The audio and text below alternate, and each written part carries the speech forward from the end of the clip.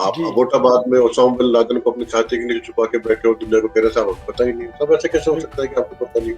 मेरे शहर में अगर कुछ होता है तो मुझे पता पड़ जाता है। आप और माइनॉरिटीज को उनकी तरफ से इंस्ट्रक्शन थे तालिबान की तरफ से कि वो अलग तरह के कपड़े, येलो तरह के कपड़े पहने और अपने घरों पे येलो झंडे लगाए और क्लियरली बताएं कि हम माइनॉरिटी के हैं। उसके चलते उनका एक्सप्लॉइटेशन जो भी वहाँ पे होना था वो हो रहा था। तो उन हालातों में माइनॉरिटीज का वहां से माइग्रेशन शुरू हो चुका था। बहुत छोटी मात्रा में हिंदू और सिख भाई वहां बचे हुए थे। तकरीबन 70 परिवार थे वहां पे उस जमाने में, जो कि अब मेरे ख्याल से 7 भी नहीं रह गए हैं। कि पूरे अफगानिस्तान के अंदर एक जमाने के अंदर तकरीबन 7 लाख सिख लोग रहते थे जी। ऑफिशियली। जी। और पूरा कारोबार के अंदर उनका अच्छा दखल था और ट्रेड के अंदर वो लोग काफी सक्रिय थे। और 34 में से तकरीबन 22-23 प्रोविंस के अंदर उनकी अच्छी प्रोविंस में प्रेजेंस रहती थी। और अब जी। कुछ भी नहीं है, कुछ मतलब कुछ भी ही नहीं। हम अफगानिस्तान को आगे लेके जाना चाहते हैं और कुछ लोग अफगानिस्तान को पीछे लेके जाना चाहते हैं और उन दोनों के बीच में लड़ाई है। जी। अफगानिस्तान भी समझता है यूरोप में और वेस्ट में जो एक रेडिकल राइट विंग है उसका हिंदुस्तान के राइट विंग से कोई लेन देना है नहीं। अल्हम्दुलिल्लाह, यानी अब आपके सामने कोई छुपाने का विषय है नहीं। लेकिन क्योंकि मैं अरबिक लैंग्वेज की विरासत के लिए वहां गया था, तो जामिया अल अरब में और जामिया अल अज़हर में और अन्य कई उलमाओं से इजिप्ट में, अफगानिस्तान में, सीरिया में, लेबनान में बहुत लोगों से बहुत तरह की और बहुत गहरी मुलाकातें हुई हैं। भयावह थ्रेट है क्योंकि पहली बार ऐसा हुआ है कि जो लोग खुलेआम कह रहे हैं कि हम चाहते हैं कि हिंदुस्तान को एक इस्लामिक इमारत बना दें।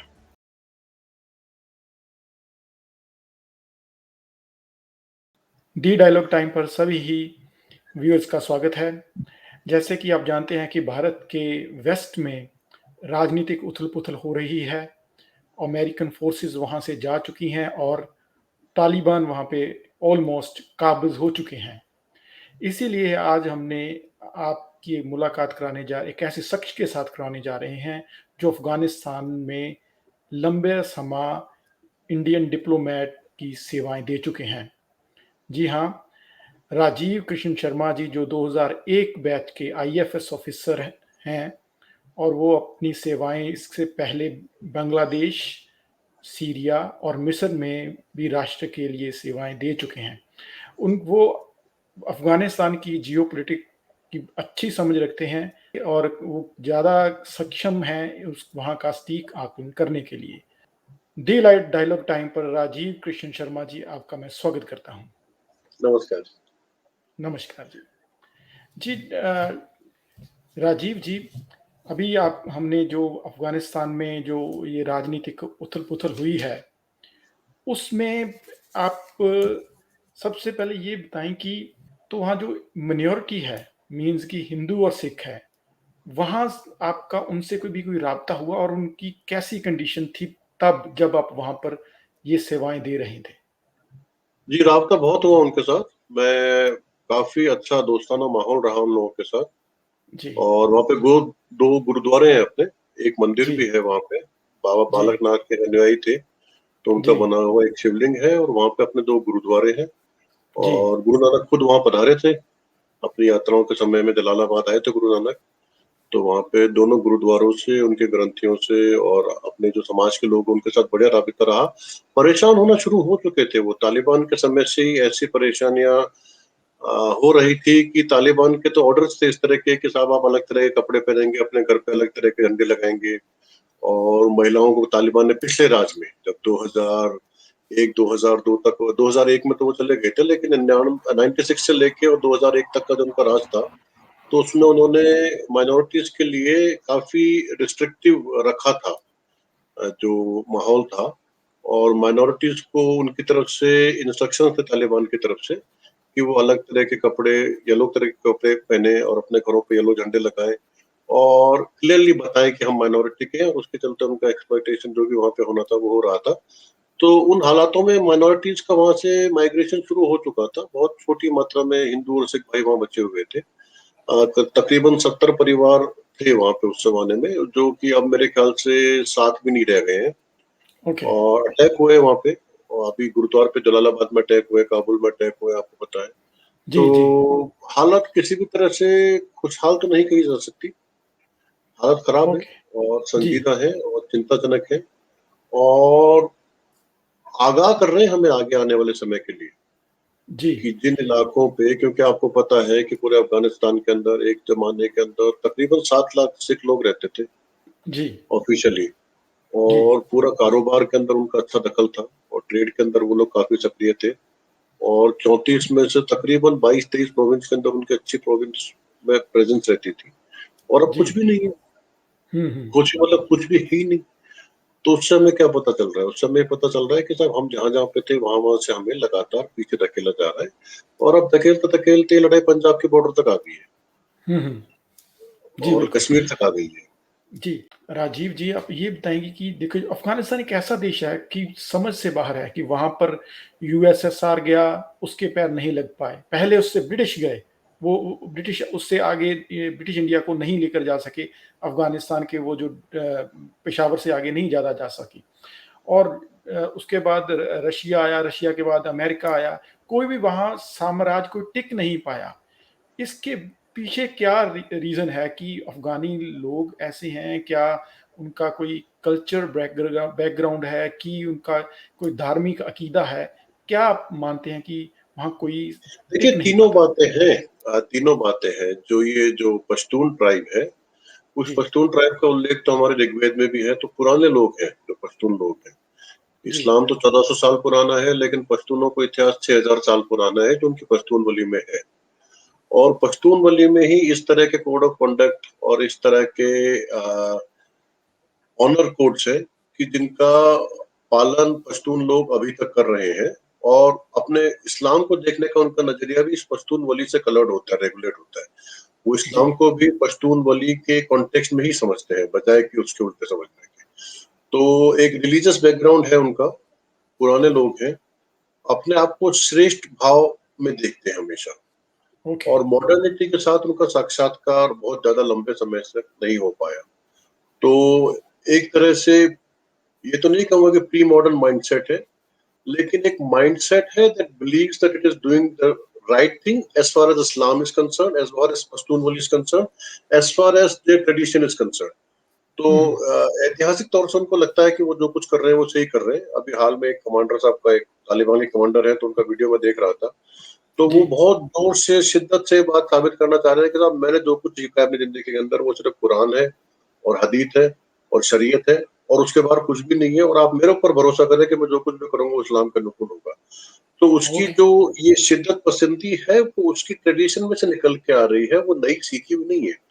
प्लस दूसरा एक जो पक्ष है वो ये है कि बहुत लंबे समय से पाकिस्तान की जो एजेंसीज़ है वो इन लोगों को इस्तेमाल कर रही है अपने स्ट्रैटेजिक इंटरेस्ट को फॉरवर्ड करने के लिए। ओके। अफ़गानिस्तान को तो 1974-75 से ही डिस्टेबलाइज़ करने के प्लान शुरू हो गए थे। इनफैक्ट ये रशियंस को तो वहाँ पे बियर ट्रैप करके बुलाया गया था। हुँ, हुँ। रशियंस अपनी मर्ज़ी से नहीं आए थे वहाँ पे, वो तो एक बियर ट्रैप सृजित किया गया था पाकिस्तान के द्वारा अमेरिका के सहयोग से कि इनको यहाँ बुलाएँगे और फिर में इनको इस तरह से आपस में लड़वाएँगे। तो ऐतिहासिक कारण धीरे-धीरे तब्दील होते-होते जियो स्ट्रैटेजिक जो बफर स्टेट होने के उसकी जो एक दुर्भाग्य था, उसमें बदली और फिर वो जियो स्ट्रैटेजिक बफर स्टेट आगे होता-होता वॉर और टेरर के फोरफ्रंट में जाके ओसामा बिन लादेन की वजह से फोरफ्रंट में आके और अभी तालिबान के टेक ओवर में आके जी, खबरों में बना रहा लेकिन गलत कारणों से। तो ओके, एक पुरानी कहानी है जिस कहानी में बहुत दुर्भाग्यपूर्ण ऐसे इंसिडेंट्स हुए हैं जिनकी वजह से अभी का जो माहौल है उसको समझने के लिए हमें बहुत सारे varied historical, spiritual, psychological, geopolitical और जियो स्ट्रेटेजिक इन सब स्ट्रैंड को समझना पड़ेगा। ओके। एक पाकिस्तान की तरफ से बहुत क्लेम किया जाता है, अभी तो नहीं, अभी तो तालिबान अब वहाँ पे आ गए, जब तक अमेरिकन्स रहे हैं पिछले 20 साल, कि जो इंडिया की भूमिका है अफ़गानिस्तान में, उसको लेकर वो उनका क्लेम होता था कि वहाँ हमारे बहुत से कॉन्सुलेट हैं और वहाँ से लॉन्च पैड है, हम जो पाकिस्तान में टेररिज़्म करते हैं लोग। आप तो वहाँ पर राजनयिक रहे हैं। आपको क्या लगता है कि हमारे बहुत से कॉन्सुलेट और लॉन्च पैड थे वहाँ पर अफ़गानिस्तान में? ये बेबुनियाद बातें हैं। ये एक एक स्वकल्पित मिथक है।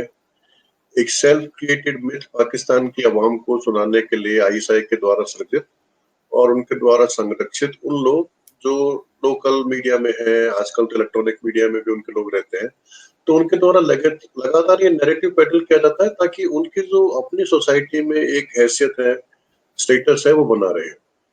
अगर वो जी, लगातार एक ये हवा नहीं खड़ा करेंगे कि साहब हिंदुस्तान ऐसा कर रहा है, हिंदुस्तान ऐसा कर रहा है, तो उनकी पूछताछ वहां पे कम हो जाएगी। इसलिए लोकल कॉन्स्टिट्यूएंसी को कैटर करने के लिए और इंटरनेशनल कॉन्स्टिट्यूएंसी के सामने ये दिखाने के लिए कि we are doing this because of India, अपने आप को सेल्फ जस्टिफाई करने के लिए, ये बेवकूफी भरे और बेबुनियाद आरोप को पिछले कई साल से लगाते आ रहे हैं कि हमारे हुँ, इतने कॉन्सुलेट्स है, इतना ट्रेनिंग है, इतना हमारा वहां पे जग जाहिर बात है 4 कॉन्सुलेट्स हैं, 1 एम्बेसी है और वो हर अफगान जानता है, हर पाकिस्तानी जानता है हमारा क्या वहाँ पे एड्रेस है, गूगल अर्थ के ऊपर दिखता है, वहाँ पे क्या काम होता है। तो 24 घंटे खुली रहती है कॉन्सुलेट्स, तो उसमें ऐसा गोपनीय काम होता नहीं है। वीजा देते हैं वहाँ पे, मदद करते हैं, हम स्टूडेंट्स को इंडिया में स्कॉलरशिप देने के लिए तैयार करते हैं, स्कॉलरशिप में आके अच्छे से कॉलेजों में वहाँ के स्टूडेंट्स पढ़ते हैं। हम अफगानिस्तान को आगे लेके जाना चाहते हैं और कुछ लोग अफगानिस्तान को पीछे लेके जाना चाहते हैं और उन दोनों के बीच में लड़ाई है। जी, अफगानिस्तान भी समझता है, पाकिस्तान की आवाम भी ये समझती है और हम तो समझते ही हैं खैर सभी कि हुँ, ये लड़ाई किसी दो विचारधाराओं के बीच में है, जो विचारधाराएं आगे और पीछे इन दो तरफ जा रही है। हिंदुस्तान हमेशा आगे जाने वाली विचारधारा में यकीन करता है। हम चाहते हैं कि वहाँ के युवाओं को रोजगार के अवसर उपलब्ध हो, वहाँ की महिलाओं को बढ़िया शिक्षा मिले, वहाँ के बच्चों का आगे भविष्य अच्छा बने, वहाँ के बूढ़ों के लिए मेडिकल फैसिलिटीज हो, वहाँ के तरक्की में हम शरीक हो ताकि वो हमारी तरक्की में शरीक हो। जी, आजादी के पहले से ही भारत का अफगानिस्तान को लेकर यही नजरिया है। जी, पाकिस्तान का नजरिया बनस्पत उसके बिल्कुल उल्टा है। वो चाहता है कि नहीं साहब यहाँ पे इस तरह का इस्लाम बनाया जाए जो 1400 साल पुराना ही रहे, ताकि हम अपना जो स्ट्रेटेजिक डेप्थ, वो उनके एक प्री कंसीव्ड नोशंस है, कोई गहराई नहीं है इस तरह के स्ट्रेटेजिक आइडियाज में। लेकिन जी, अब क्योंकि अपने समाज में, अपने सोसाइटी में पाकिस्तान के जनरल्स, कर्नल्स, फौजियों को, आईएसआई को, अफसरों को एक एक बना के रखना होता है कि साहब हम बड़े हैं, तो उस बड़प्पन की खातिर किसी को छोटा दिखाना होता है। तो छोटे तो ये सब आपकी जमातें और ये सब मुल्ला और ये सब दाढ़ी वाले लोग हैं कि जो उनकी बातों में आ जाते हैं, पैसे लेकर उनको काम जी, करते हैं। और बड़ा दुश्मन वो हमेशा हिंदुस्तान की तरफ पॉइंट करता है कि साहब हिंदुस्तान कर रहा है, हिंदुस्तान कर रहा है। तो वो जी। दोगला खेल खेलते हैं और उसका नुकसान उनको उठाना पड़ा है आज तक और आगे भी पड़ेगा, अच्छा, क्योंकि अन्याय कर जी, रहे हैं जी, वो अफगानिस्तान के साथ। वो जो इस तरह का जी, खेल जी, खेल रहे हैं वो अन्याय है। जी। अच्छा, आपको ऐसा नहीं लग रहा कि जैसे पिछले 20 साल जब वहाँ पर अमेरिका था, तो वहाँ पे अमेरिका की तरफ से आई थिंक सो कि लगभग हर वहाँ का सेक्रेटरी ने कहा है कि पाकिस्तान को do more, do more, do more और इवन कि हिलेरी क्लिंटन की जो बड़ी फेमस कोट थी कि अगर आप साँप को पालोगे और ये उम्मीद करोगे कि वो आपके नेबर को काटे, तो उनको ऐसी स्टेटमेंट्स को भी आप दी गई। उसके बाद जो अब खुलेआम पाकिस्तान के जो आईएएस चीफ है वो काबुल पहुंच रहे हैं, तो अब दुनिया को दिख रहा है और पहले ऐसे ओपन नहीं था। तो दुनिया को अब कैसे इसको आप कैसे इसको लेते हैं कि ऐसे करने से कि पाकिस्तान का जो रोल है वो जग जाहिर होगा और कि इसको दुनिया और तरीके से देखेगी? दुनिया जानती है ये बात। दुनिया में जिन लोगों को जानना चाहिए वो सभी लोग जानते हैं ये बात कि पाकिस्तान की आईएसआई लंबे समय से दोगला खेल खेल रही है। 1971 के बाद से तो उसमें बहुत ज्यादा तेजी आ चुकी थी और ये सभी को पता है कि पाकिस्तान की आईएसआई कर रही है। लेकिन अमेरिका के सेनेटर्स के अपने खुद की निजी कुछ ऐसे कंपल्शंस रहते हैं, कॉन्स्टिट्यूएंसीज की कई कंपल्शंस रहते हैं, कई पॉलिटिकल स्ट्रेटेजिक कंपल्शंस होते हैं, जिसके चलते वो चाह के भी कई दफे इन विषयों के ऊपर खुलकर बात नहीं कर पाते। जी, जैसा कि 9/11 के समय हुआ। 9/11 में किसी किसी कंट्रीज का नाम ब्लैकआउट कर गया, रिपोर्ट में नहीं आया। फंडिंग के बहुत सारे ऐसे जो रिपोर्ट में आने चाहिए थे उनके डिटेल्स वो नहीं आए। तो कुछ बैलेंस बना के रखने के लिए वो एक बेनिफिट ऑफ डाउट नाम का पाकिस्तान को मिलता रहा लंबे समय तक, क्योंकि वो ड्रामा करने में माहिर कौम रही है, खासतौर से जो पाकिस्तान की आर्मी है, तो बहुत अच्छा ड्रामा खेल पाते हैं। आप जी, अबोटाबाद में ओसामा बिन लादेन को अपनी छाती के नीचे छुपा के बैठे हो, दुनिया को कह रहे साहब हमें पता ही नहीं। सब ऐसे कैसे हो सकता है बिल्कुल। कि आपको पता नहीं? मेरे शहर हुँ, में अगर कुछ होता है तो मुझे पता पड़ जाता है, आप तो पूरा कंट्रोलमेंट चला रहे हैं। तो ये हुँ, आपको पता नहीं था, ये बात तो कोई हजम करेगा नहीं। हुँ, आपको कितना पता था ये आपको खुद को पता है, दुनिया को पता है।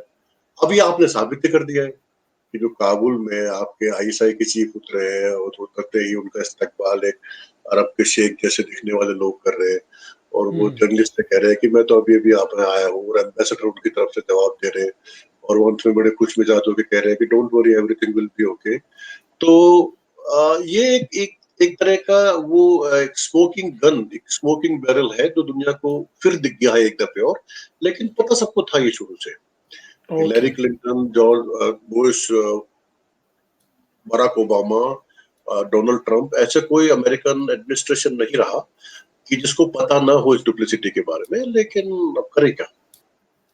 ओके। अच्छा, तो जैसे अभी एक तालिबान की एक यूनिट निकल के आ गई बद्री, वो एकदम से फुली ट्रेन्ड और यूनिफ़ॉर्म में और अच्छे हथियारों के साथ, और वो चप्पल वाले नहीं हैं, प्रॉपर शूज़ वाले, वो आपको क्या लगता है कि एकदम से वो कहाँ से आ गए? वो वही से है जहाँ की पाकिस्तान की आर्मी की रेगुलर फोर्स आती है। जी, देखिए, ये 2001 के बाद से, जब से अमेरिकन फोर्सेस अफगानिस्तान में है, पाकिस्तान की आर्मी ने ट्रैक 2, ट्रैक 3 डिप्लोमेसी इन जिहादियों के साथ एक अलग लेवल खेलने शुरू करी, और उन्होंने एक चीज को जन्म दिया जिसका नाम है नियो तालिबान, तालिबान 2.0 जो आजकल वो कहते कर रहे हैं। उस तालिबान 2.0 का अर्थ है कि वो बच्चे जो उन मुहाजिरों के बच्चे थे जो पाकिस्तान में शरणार्थियों के तौर पर रहे पेशावर में और कोयटा में, उनके बच्चों को अंग्रेजी की तालीम दी गई, और उनके बच्चों को अंग्रेजी तालीम के साथ साथ जिहाद की तालीम भी दी गई, और उनके हाथ में बंदूकें बचपन से ही थमा दी गई, और उन्हें इसी दिन के लिए तैयार किया गया कि इवेंचुअली अमेरिका जब निकलेगा अफगानिस्तान से तो तुम्हें जाके उस पर कब्जा करना है, और उसके रेगुलर फोर्स की तरह वहां पे ट्रेनिंग हुई है। और मिराम शाह में जो हक्कानी का मदरसा है, वहां से जो जी। टैलेंटेड स्टूडेंट्स हैं उनको लेके बाकायदा ट्रेन करके इसमें भेजा गया है। और जो आईएसआई के चीफ है वो भी काबुल में सिर्फ हक्कानी के लिए रास्ता खोलने के लिए ही वहां पे मशगूल है अभी। जिस तरह से मीडिया में खबर फैलाई जा रही है कि बरादर को गोली लग गई है, वो पेशावर आ गए हैं, बराबर टेक ओवर नहीं कर पाएंगे। पाकिस्तान का डायरेक्ट टेक ओवर हो चुका है अफगानिस्तान में, काबुल में। ये जो बदरी 313 ब्रिगेडियर पाकिस्तान रेगुलर्स की है, और उसका नाम सिर्फ बदल के बदरी 313 ब्रिगेड रखा गया है क्योंकि वो थोड़ा अच्छा लगता है इस हुँ, तरह हुँ। से बात करना। ये जो मुजाहिद लोग होते हैं उनको अच्छा लगता है कि साहब ये तो हमारे लोग हैं, लेकिन वो शक्ल से दिखते हैं कि वो तालिबान तो नहीं। वो तो हुँ, चश्मा बिल्कुल। लगाने वाले और स्पेशल फोर्सेस की वर्दी पहनने वाले, अंग्रेजी बोलने वाले। तो ये हुँ, पाकिस्तान की क्रिएशन है एक, और जी, पाकिस्तान ने उसे बाकायदा नर्चर किया है, उसको बाकायदा ट्रेनिंग दी है, और अब उनको अमेरिकन हथियार दे दिए गए हैं, और इवेंचुअली इन्हीं का प्रयोग वो अपने स्ट्रेटेजिक इंटरेस्ट को आगे बढ़ाने के लिए आगे कश्मीर में तुरंत ही करेगा। और इस जी, बात जी। से हम सभी को बहुत ज्यादा चिंतित भी होना चाहिए, और अपना जो एक ऑल्टरनेटिव प्लान बी है उसके ऊपर भी सोचना शुरू कर देना चाहिए। अच्छा, आपने अभी अल्टरनेट प्लान की बात कर रहे हैं, जैसे जो इंडिया का नॉर्थ ब्लॉक और जो साउथ ब्लॉक है, वहाँ से जो पॉलिसीज़ बनती हैं, बड़ी सॉफ्ट कॉर्नर होती हैं, और उनका ज़्यादा होता है कि जैसे आपने पहले ही ज़िक्र कर दिया है कि वहाँ पे हॉस्पिटल बने, बच्चों की एजुकेशन हो, स्कॉलरशिप दी जाए, जहाँ वहाँ के एडमिनिस्ट्रेशन में सुधार किए जाएँ, डेमोक्रेसी को इंस्टॉल किया जाए अफ़गानिस्तान में, तो ऐसे होते हैं। लेकिन आपको लगता है कि ये जो सॉफ्ट पॉलिसी है हमारी, वो कारगर है कि नहीं? आ, ये बहुत अच्छा सवाल है, गहरा सवाल है। ज्यादा समय नहीं लूंगा मैं, लेकिन इतना आप समझिए कि एक फाउंडेशनल वैल्यूज, सिविलाइजेशनल एथोस होते हैं। जी। एक हर सभ्यता की तह में कुछ ऐसे कोर वैल्यूज होते हैं कि जिनके ऊपर कॉम्प्रोमाइज वो नहीं कर सकते। हुँ, जैसा कि फॉर एग्जांपल आप सिख हैं, तो आपके हुँ, लिए ये निर्देश है कि कहीं कोई भूखा हो तो आप उसे खाना खिलाएंगे। हुँ, तो हुँ। आप देखते हैं कि अभी पैंडेमिक में कनाडा में, यूएस में, यूके में कई जगह गुरुद्वारों में लंगर लगे, और गाड़ियों में भर भर के अंग्रेज लोग आए और उन्होंने वहां खाना खाया जी। और प्रसाद पाया। और एक सिख होने के नाते आप उससे मना नहीं कर सकते। आपका शत्रु भी होगा और वो गुरुद्वारे पे आपको आके बोलेगा कि भूखा हूं, तो आप उससे मना नहीं कर पाएंगे कि भैया खाना नहीं खाया। हुँ, हुँ, ये आपकी एक वैल्यू है जो आपके लिए नॉन नेगोशिएबल है। हुँ, आज कोई मेरा अतिथि बन के, मेहमान बन के आएगा तो मैं उसको मना नहीं कर पाऊंगा। तो ये हमारे लिए सहज है कि हम नॉन वायलेंट मीन्स अपनाएं, क्योंकि हम उस तरह की सभ्यता रहे हैं शुरू से। हमारी आजादी की लड़ाई भी हम नॉन वायलेंट मीन्स के ऊपर ही लड़े और जीते। तो हमारे अंदर एक गहरी बैठ गई है बात कि हमें ऐसे ही रहना चाहिए। लेकिन जमाना अब बदल गया। इसकी अगर एक मॉडर्न एनालॉजी आप देना चाहें तो हम एक टेस्ट क्रिकेट की टीम थे बहुत बढ़िया, led by people like Sunil Gavaskar, people like Venksankar, people who were classy, deft, edges नहीं देते थे, बॉल पे नजर रखते थे। लेकिन अब गेम चेंज हो गया है। हमारी जो पॉलिसीज थी वो एक 5 डे, 5-5 दिन के 5 टेस्ट मैच, उसके बेसिस पे बनी हुई थी। ये 5 ईयर प्लान और नॉन अलाइनमेंट। अब जो जियो स्ट्रेटेजिक गेम है वो चेंज हो चुका है। अब T20 का जमाना है, बल्कि अब तो उससे भी आगे का जमाना है, T10 का जमाना है। तो हमें ऐसे नए खिलाड़ी और नए पैतरे, नई स्ट्रेटेजीज, नई फिटनेस रेजिमेंट और नए ऑफेंसिव डिफेंसिव अपने कॉन्सेप्ट डेवलप करने पड़ेंगे, जो इस गेम के हिसाब से, आज के हिसाब से और अभी के हिसाब से कारगर हो। उसमें स्किल्स पुराने वाली भी काम आएगी, हमारी मानवीयता, हमारी ह्यूमैनिटेरियन जो एस्पेक्ट है वो भी काम आएगा। लेकिन इंक्रीजिंगली हमें इंसाइसिव होके और कुछ ऐसा करने की आवश्यकता जरूर पड़ेगी कि हमारी कमजोरी, जो एक लोगों ने हमारी अच्छाई को समझ लिया है, वो ना समझे। जी, जी, जी। और हमारी जो एक सद्भावना है, उस सद्भावना का नाजायज फायदा कोई ना उठाए। और हमारी जो खुद का एक सत्य के प्रति समर्पण है, वो हमारे गले के अंदर ही कहीं हमारे खुद के लिए ही नुकसानदायक न बन जाए। तो नई स्ट्रेटेजीज की आवश्यकता है। नई स्ट्रैटेजी की आवश्यकता है, लेकिन आप जैसे अभी अफ़गानिस्तान के जो हालात बन चुके हैं, आपको क्या लगता है कि जो अहमद मसूद हैं और जहाँ आई थिंक सो खबर आ रही है कि शायद अमुल्ला साले शायद उनकी डेथ हो चुकी है अब लेकिन कोई मीडिया कन्फर्म करता है, कोई नहीं भी कर रहा। तो पंचीक शायद उनके हाथों से लगभग निकल गया है। तो आपको क्या लगता है कि जो अफ़गानिस्तान के पूरे में तालिबान का कब्ज़ा हो जाएगा कि वो स्टेट अभी हो चुका है, रहेगी? और वो तो डिक्लेयर कर चुके हैं ऑलमोस्ट। डिक्लेयर पॉकेट्स कर ऑफ चुके हैं। रेजिस्टेंस हमेशा रहेगी। देखिए, पॉकेट्स ऑफ रेजिस्टेंस तो अफगानिस्तान में हमेशा रही है और हमेशा रहेंगी, और एस्केलेट भी कर सकते हैं आगे। लेकिन एज ऑफ येट टुडे अगर आप ये बात करेंगे तो मेरे ख्याल से उनका कब्जा हो चुका है। वो पंशेर के इलाके में जाके गवर्नर के पैलेस पे अपना झंडा लगा चुके हैं और ओके। डिक्लेयर कर चुके हैं। अमरुल्ला साले और मसूद मेरे ख्याल से देश छोड़ के ताजिकिस्तान में चले गए हैं। उनके जो रेजिस्टेंस फोर्सेस है वो कुछ समय तक जरूर इस कहानी को आगे बढ़ाएगी। और अन्य अन्य जगह संभावना है कि कुछ रेजिस्टेंस शायद महिलाओं की तरफ से, स्टूडेंट्स की तरफ से कुछ कुछ होगा, लेकिन बाय एंड लार्ज फोर्सफुली वो कंट्रोल कर लिया जाएगा। और अब इस समय ऐसा लग नहीं रहा कि ये आपका जो नदल अलायंस है वो कोई बहुत फोर्सफुल रेजिस्टेंस बहुत जल्दी शुरू कर पाएगा। आफ्टर ये जो 9/11 है कि दुनिया में एक किस्म का जो रिजिडनेस है, जहाँ एक तरीके का रिलीजियस एक्सट्रीमिज़्म है, वो बढ़ा है कम होने के मुकाबले। आपको कैसे दिखता है? देखिए, ये साइक्लिकल होता है। हर 2-3 पीढ़ी में इस तरह का एक साइकिल पूरा हो जाता है हुँ, हुँ। कि एक पीढ़ी होती है जिसने बुरा समय देखा होता है। हुँ, जैसे हमारे ज़माने में ऐसी पीढ़ी जिन्होंने पहला और दूसरा विश्व युद्ध देखा, तो युद्ध की भयावहता देखने के बाद उन्हें लगा कि हमें थोड़ा-सा लिबरल होना चाहिए। फिर 1-2 पीढ़ियाँ होती हैं जो थोड़ी ज़्यादा लिबरल होती हैं, थोड़ा-सा फॉरवर्ड लुकिंग होती है, सेक्युलर होती हैं। फिर एक डिकेडेंस शुरू हो जाता है, जैसे कि हमने हमारे खुद के देश में देखा कि एक मटेरियलिस्टिक, कंज्यूमरिस्टिक कल्चर आ जाता है।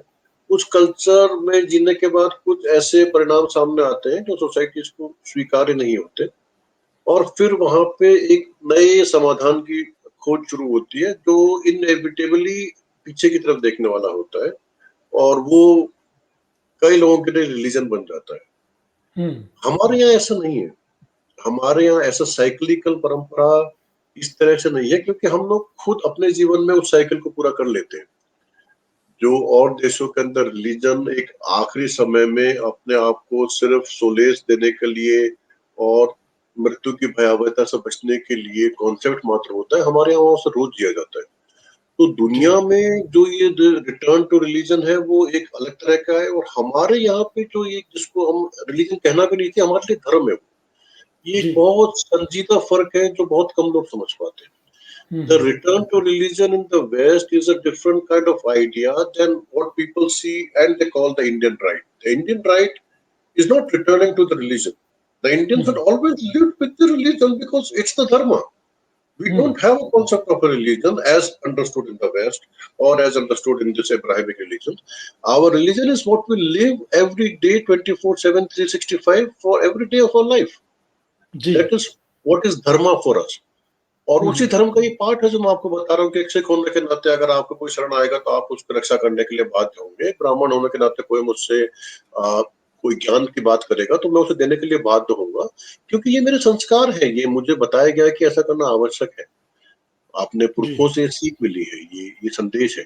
तो हम उसमें रहते हैं, उस धर्म में रहते हैं, उस धर्म को जीते हैं, उस धर्म से ही हमारी शुरुआत, उसी में हमारा जीवन और उसी हमारा अंत होता है।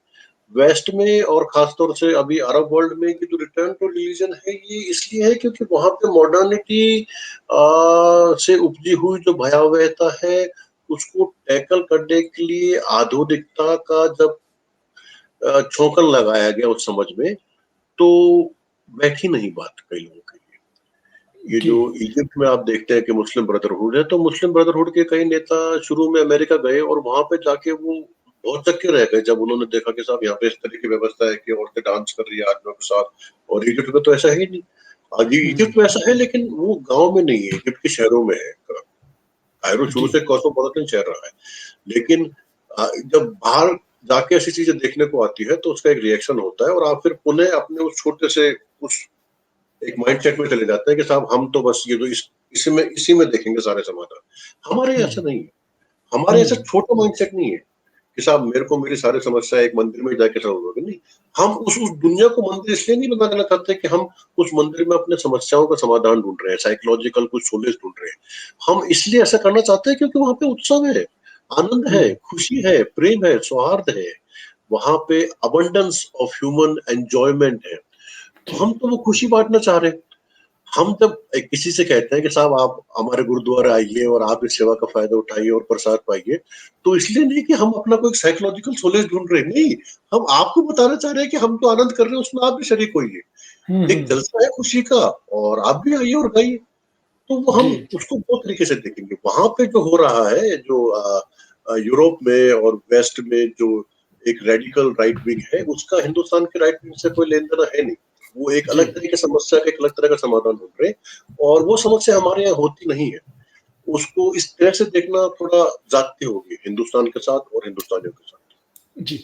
आप जैसे अफ़गानिस्तान में काफ़ी अरसा रहे हैं और इवन कि सीरिया में रहे हैं, दोनों ही इस्लामिक कंट्रीज़ हैं और आपने वो इस्लामिक जिहाद वहाँ पे देखा है जो उपजा है वहाँ पर। तो आपका कभी कभी किसी तालिबान से भी राब्ता हुआ है कि वहाँ हाँ रहते जी, हर हुए? तरह के मैं अल्हम्दुलिल्लाह यानी अब आपके सामने कोई छुपाने का विषय है नहीं, लेकिन क्योंकि मैं अरबिक लैंग्वेज की विरासत के लिए वहाँ गया था, तो जामिअत अल जी। अरब में और जामिअत अल अज़हर में और अन्य कई उलमाओं से इजिप्ट में, अफगानिस्तान में, सीरिया में, लेबनान में बहुत लोगों से बहुत तरह हुँ। की और बहुत गहरी मुलाकातें हुई हैं। जिनका एसोसिएशन अन्य-अन्य जिनका आप नाम लिए और जिनका नाम आप नहीं लिए, उन सब हुँ। संगठनों से और विचारधाराओं से रहा है। जी। और सब तरह के लोग होते हैं, उसमें अच्छे लोग भी होते हैं, संजीदा लोग भी होते हैं, खुशमिजाज लोग भी होते हैं और गहरे थोड़े उस तरह के लोग भी होते हैं। तो इंसानी तौर पे वो सब मुख्तलिफ हैं, वैचारिक जी। तौर पे वो सब मुख्तलिफ हैं। उन्हें एक वृक्ष से ऐसे नाप के कह देना कि ये ऐसा है, वो तो थोड़ा ठीक नहीं है। हुँ। लेकिन अगर मैं अपने खुद के निजी अनुभव के तौर पे आपसे कह सकूँ, जी। तो अंत में उसकी समझ इस एक बात के ऊपर केंद्रित है कि अगर मैं शरीयत लागू करके और एक इस्लामिक इमारत बना सकूँ, हुँ। तो शायद मैं वही काम कर दूँगा जो शर्मा जी कह रहे हैं। शर्मा जी कहते हैं कि साहब मंदिर होना चाहिए और कीर्तन होना चाहिए और सबको प्रसाद बँटना चाहिए और आनंद होना चाहिए और जीवन इसी का नाम है और इसी को श्रेष्ठ है। तो वो कहता है कि नहीं साहब सब जगह मस्जिद होनी चाहिए और सब जगह मस्जिद में 5 टाइम नमाज़ होनी चाहिए और किसी को इजाज़त नहीं होनी चाहिए। अब ये तो विचार अलग-अलग तरह के हैं, ये दुनिया को देखने के 2 अलग नज़रियात हैं। हुँ। इनमें आपस में कंपैटिबिलिटी संभव नहीं है। जी। तो फिर भी हम लोग दोस्तों की तरह रहते हैं, जिन जिन संस्थाओं के आपने नाम बताया उनके साथ हम बात करते हैं, हम उनको समझने का प्रयास करते हैं, वो हमारे यहाँ आते हैं, बात करते हैं। लेकिन उन्होंने अलग रास्ता चुन लिया है अपने लिए, जी। और उस रास्ते में एक हाथ में बंदूक और दूसरे हाथ में कुरान। हुँ। हमने एक अलग रास्ता चुना है, हमारे एक हाथ में प्रसाद और दूसरे हाथ में शायद जी, भगवान के जी। दिए हुए पुष्पों का हार। जी, जी। ओके। जैसे अभी तालिबान काबिज़ हो चुका है अफ़गानिस्तान में, और उसका प्रभाव आई थिंक सो कि पाकिस्तान पर भी पड़ेगा। उसके लिए इंडिया में क्या, इंडिया को चैलेंजेस फ्यूचर में आएँगे? क्या थ्रेट होंगे इंडिया के लिए? बड़ी थ्रेट है, बहुत बड़ी जी। और भयावह थ्रेट है, क्योंकि पहली बार ऐसा हुआ है कि जो लोग खुलेआम कह रहे हैं कि हम चाहते हैं कि हिंदुस्तान को एक इस्लामिक इमारत बना दें, ऐसा हुँ। कहने वाले लोग खुलेआम न ग़ज़वा-ए-हिंद। सिर्फ गजवा एक हिंद तो एक है, वो तो जीतने के लिए है ना, कि हम गजवा का जी। मतलब तो ये है कि जीत लेंगे उसे। जी, और जी। वो हिंदुस्तान का नाम ही बदल के खुरासान ही कह रहे हैं। वो कह रहे हैं कि साहब ये तो था ही मुसलमानों का, और ये तो है ही खुरासान। हुँ। वो ये कह रहे हैं कि साहब आप 1000 साल से तो हम आप पे राज कर ही रहे थे, कि 70-75 साल आके आप अपना जो भी कर पाए, हम तो दोबारा से आपको वहीं ले जाएंगे जहाँ पे आप थे। हुँ। वो ये पूरा अंग्रेजों के आने का और हमारे खुद के आजादी के इतिहास को 2 ढाई साल का एक इस्लाम के वो सेटबैक मानते हैं। उनको दोबारा जीतना नहीं है, उनको ऑलरेडी ये मानना है कि हम तो जीत लिया है। क्यों जीत लिया है? क्योंकि आपके यहाँ तो कुछ है ही नहीं व्यवस्था। हुँ, उन हुँ। लोगों के दृष्टिकोण से, जो लोग गजवाई हिंद और हिंदुस्तान में खुरासान की बात करते हैं, उन लोगों के दृष्टिकोण से ये तो एक हिस्टोरिकल एबरेशन है, 200-250 साल का, जो इस्लाम किन्हीं कारणों से पराजित हो गया। वो ये मानते ही नहीं है कि हिंदुस्तान कभी एक इस्लामिक इमारत नहीं था। हुँ, हुँ। वो अभी ये नहीं कह रहे कि हम आपके यहाँ पे आके लड़ेंगे या जिहाद करेंगे, वो बोलेंगे हम दोबारा से कब्जा ही करेंगे। जी। लड़ने नहीं आ रहे हैं, वो कब्जा करने आ रहे हैं। और उनके ओके। हाथ में इतनी शक्ति आ चुकी है।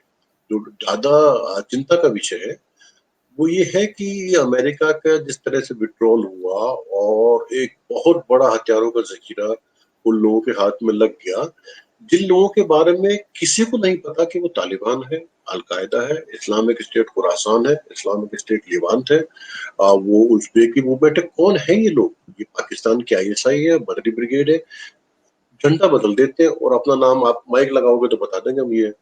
बाकी किसी का आई कार्ड तो खोड़ा हुआ नहीं है, हुँ, हुँ, किसी हुँ। के हाथ पे लिखा हुआ तो नहीं है कौन सी यूनिट है।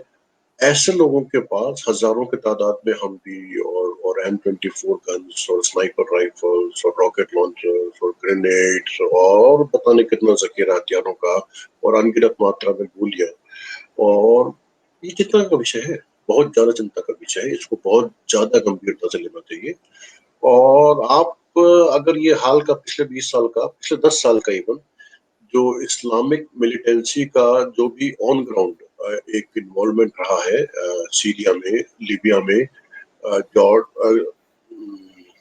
यमन में और नाइजीरिया में और सोमालिया में, तो वहां पे आप देखते हैं कि जो ये मोबाइल एजाइल यूनिट्स होती है हमवी में सुइसाइड बॉम्बर्स की, तो उनके लिए कोई भी आर्मी मीनिंगफुल रेजिस्टेंस क्रिएट नहीं कर सकती। वो एयरफोर्स उनको ठीक से टैकल नहीं कर सकती, because it's like hydra headed unit with 1000 heads moving in different directions with people carrying launchers and destroying everything in its wake. Plus there are these, attack vehicles and secondary vehicles which are laden with 1000 tons of explosives, 1000 kilos of explosives, and these are the suicide squads. तो वो जाके पहले वो hit करेंगे, पीछे से multiple complex attack की तरह ये लोग आएंगे। तो जो नॉर्मल एक आर्मी की डिफेंस फॉर्मेशन होती है, वो इस सबसे कैसे बचेंगी, चिंता का विषय। जी। जी, एक मेरा लास्ट क्वेश्चन है कि जैसे अमेरिका में पता नहीं 3 ट्रिलियन डॉलर का क्लेम भी होता है, कभी कम होता है कि उन्होंने खर्च किया 20 सालों में, और आपका मैंने सुना था कि वो उनसे काफ़ी कम पैसों से तो वहाँ के जो स्टूडेंट्स का लोन है, वो क्लियर हो जाता। तो लेकिन आपका जो व्यू है कैपिटलिज्म पे, वो मुझे लगा कि I think something different than कि जो भी अक्सर आम लोगों में पाया जाता है कि वो जो पैसा है वो घूमकर फिर अमेरिका में ही चला जाता है, कि टैक्स पे ज़रिए, जहाँ फिर वहाँ जो कॉन्ट्रैक्टर के ज़रिए फिर वॉर जो इंडस्ट्री है उनके ज़रिए। तो अमेरिका ऐसे क्यों कर रहा है? और जैसे अमेरिका का वहाँ से निकला है वहाँ से, तो कैपिटलिज़्म पे क्या असर पड़ेगा दुनिया में? कैपिटलिज्म तो देखिए बदल रहा है। एक ऑलरेडी पोस्ट कैपिटलिस्ट सोसाइटी का क्रिएशन दुनिया भर में शुरू होना हो गया। और कैपिटलिज्म की ये जो बात आप बता रहे हैं कि वॉर के एडिफाइस में एक वॉर इकोनॉमी चलती है, मिलिट्री इंडस्ट्रियल कॉम्प्लेक्स होता है, कॉन्ट्रैक्टर्स आकर उसमें जुड़ जाते हैं, बहुत पैसा खर्च होता है, बहुत जगह से जाता है, बहुत तरह के ट्रेनिंग प्रोग्राम्स चलते हैं। तो it becomes like a system for funneling the taxpayers' money into the pockets of people who really control not just the strengths of the economy but also the strengths of administration, policy making most importantly. तो policy making पे उस तरह के लोगों का एकाधिकार हो जाना जो सिर्फ अपने प्रॉफिट मैक्सिमाइजिंग की ही चिंता करते हैं, उसका एक negative spin off already capitalism पे हो गया है, जो कि अब यूएस इकोनॉमी में हमको डायरेक्टली देखने पे आ रहा है। कई कम्युनिटीज वहां पे ऑलरेडी बहुत डिपिलेटेड स्टेट में है, सड़कें नहीं है, रोजगार नहीं है, पैसा नहीं है, काउंटीज बैंकरप्ट हो गई है, ब्रिजेस नहीं है, इलेक्ट्रिसिटी की प्रॉब्लम है। अभी ये जो हम देखते हैं कि प्राकृतिक आपदाओं से निपटने के लिए कोई क्राइसिस मैनेजमेंट नहीं है। तो जी। इतनी बड़ी इकोनॉमी, दुनिया की सबसे बड़ी, उसके नागरिक खुद के स्वयं के इतना कष्ट भोग रहे हैं, उनके बच्चे अवसाद से ग्रस्त हैं और एक ओपियड क्राइसिस बहुत चल रहा है। उनके जो वेटरन्स है वो आत्महत्या कर रहे हैं। तो उस सोसाइटी में ऐसा क्या हो गया? क्यों ऐसा हो गया? तो आप देखते हैं कि ऐसा इसलिए हो गया कि जैसे अफगानिस्तान के तो ये जो 2.25-2.5-3 ट्रिलियन जो आप बता रहे हैं, इराक का पैसा इसमें जोड़िए, सीरिया का पैसा उसमें जोड़िए, लीबिया का पैसा उसमें जोड़िए, वियतनाम का पैसा उसमें जोड़िए, तो आप पाएंगे कि over a period of time, पिछले सेकेंड वर्ल्ड वॉर के बाद से लेकर अभी तक अमेरिका का जो टोटल आउटफ्लो हुआ है वॉर के नाम पे, वो डिस्प्रोपोर्शनेट है उसकी कैपेसिटी से। Okay. Its capacity to wage war was big, but not this big. It has happened at the cost of its own citizens and youngsters who are now facing bleak futures without prospects of job, education, housing, or anything. On top of it, they have these big loans, and there are certain other people who have profited and taken these chunks of billions and posted them into Cayman Islands. And that is something that needs to be investigated under the guise of all of these wars. And my special request is just to look at the withdrawal. I mean, this would open many layers of investigation. How was it decided? You had a full-fledged Bagram airbase under your control. You need not depart like that. I mean, Yes. this calls for an investigation. You should not leave your weapons like that. ये एक पूरा कहीं script तो नहीं लिखा जा रहा अगले 20 साल तक मिलिट्री इंडस्ट्रियल कॉम्प्लेक्स के लिए इस लड़ाई का फायदा उठा के वो अगले 20 साल तक और कहीं ऐसे ही अपना हथियार बेचते, तो Okay. चिंता का विषय है, इन्वेस्टिगेशन का विषय है। जी, जी। जी, राजीव कृष्ण शर्मा जी, आपका बहुत-बहुत शुक्रिया कि आपने अपने विचार थैंक यू दिए अमरिंदर और जी। स्पेशली आप जैसे कहते हैं ना कि ज़मीन की रिपोर्ट होती है कि आप वहाँ पर रहे हैं अफ़गानिस्तान में और कई और मुस्लिम ममालिक में भी रहे हैं। तो थैंक्स अ लॉट आप दी डायलॉग टाइम पर थैंक यू, आए। Thank you. Thank you, all the best.